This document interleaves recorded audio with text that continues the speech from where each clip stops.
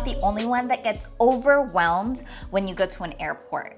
You have to wait in long lines, you go through TSA, and then when you get to your waiting area, you're sitting next to somebody in cramped seats, shoulder to shoulder that you don't even know, and it's just all normal. A simple meal at any of the restaurants that are okay quality are $30 and above. And especially now when a lot of people are taking their first trips in 2+ years, it can be a lot. But why is it that when some people go to airports and they start flying, they make it look so luxurious, they're in comfort, eating the best food, sitting in the best seats? It's because they have found a secret oasis in airports where you have free, unlimited, catered, quality food. Also spacious seating where you have more than enough area and enough room to sit in these beautiful lounge areas, and they're called airport lounges.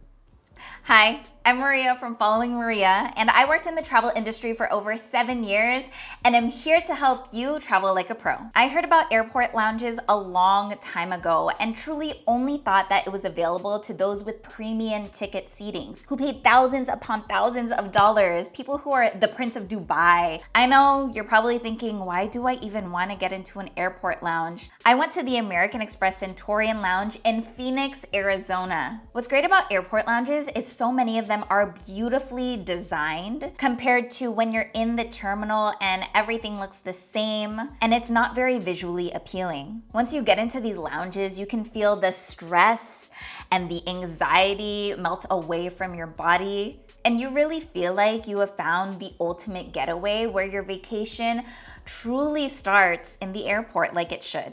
American Express airport lounges are known for the food. There are hand-picked celebrity chefs at each of the different lounges around the world that cater and curate the specific menu at every lounge. You're able to get your food buffet style, and most of the time, the food is significantly better compared to what you're paying for in the terminals, and this is all free. Trust me, I have gotten seconds and even thirds at these lounges.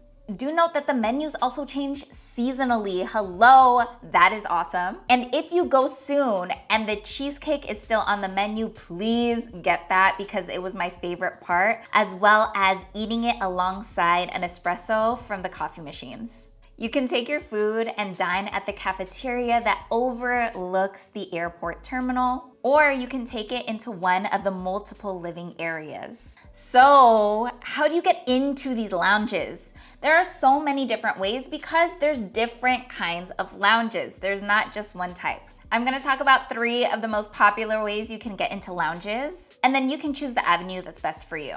Just because we talked about the American Express Centurion Lounge, I'm gonna talk about how you can get access to those specific ones, because for right now in the United States, those are my favorites. In order to get to Amex Centurion lounges, you just need to simply be a card holder of the American Express Platinum card, the American Express Centurion card, which is also known as the Black card, and then there's also the most premium Delta American Express branded cards. If you like bougie on a budget travel like I do, then I highly recommend that you apply for the Amex Platinum card, which is my personal favorite card right now, or the Delta SkyMiles Reserve card.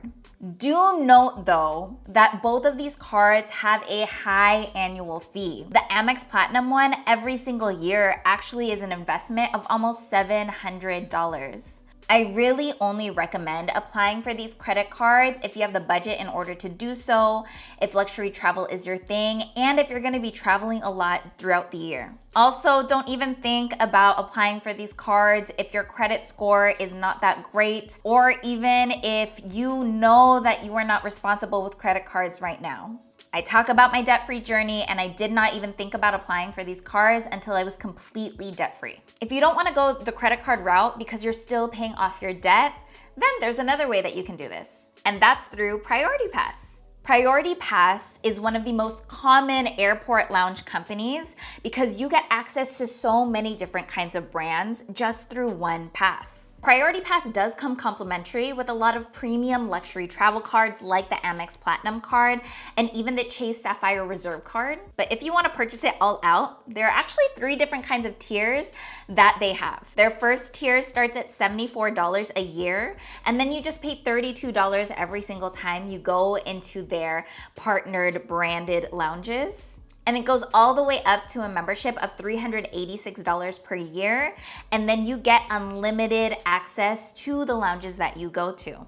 You do not have to pay that $32, and you can bring in guests at an additional rate. I recommend that you go the Priority Pass route if you really are that bougie and a budget lifestyle, but you don't want to apply for credit cards. But also more so, figure out if this would be worth it for you. Because if you're doing no airport travel for the year, don't get the Priority Pass. Wait until you go on a trip where you're able to use this at a couple of lounges. The last way that I recommend you get access to airport lounges is just through paying for a day pass.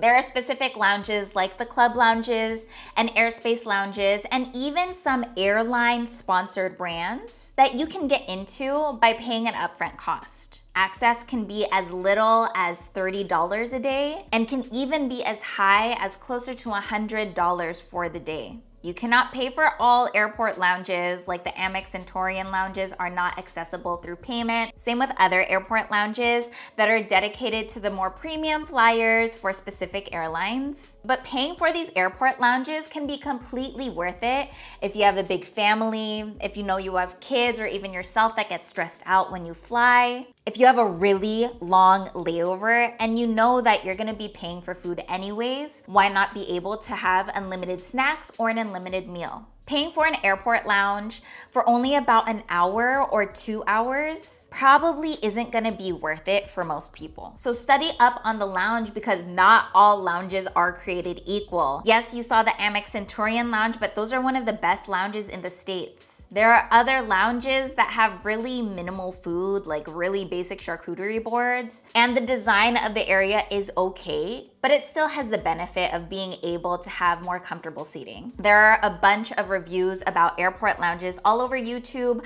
I've done a ton of them as well on the Amex lounges, the Delta lounges, the club, the airspace, as well as the Escape lounge. So feel free to check those out afterwards.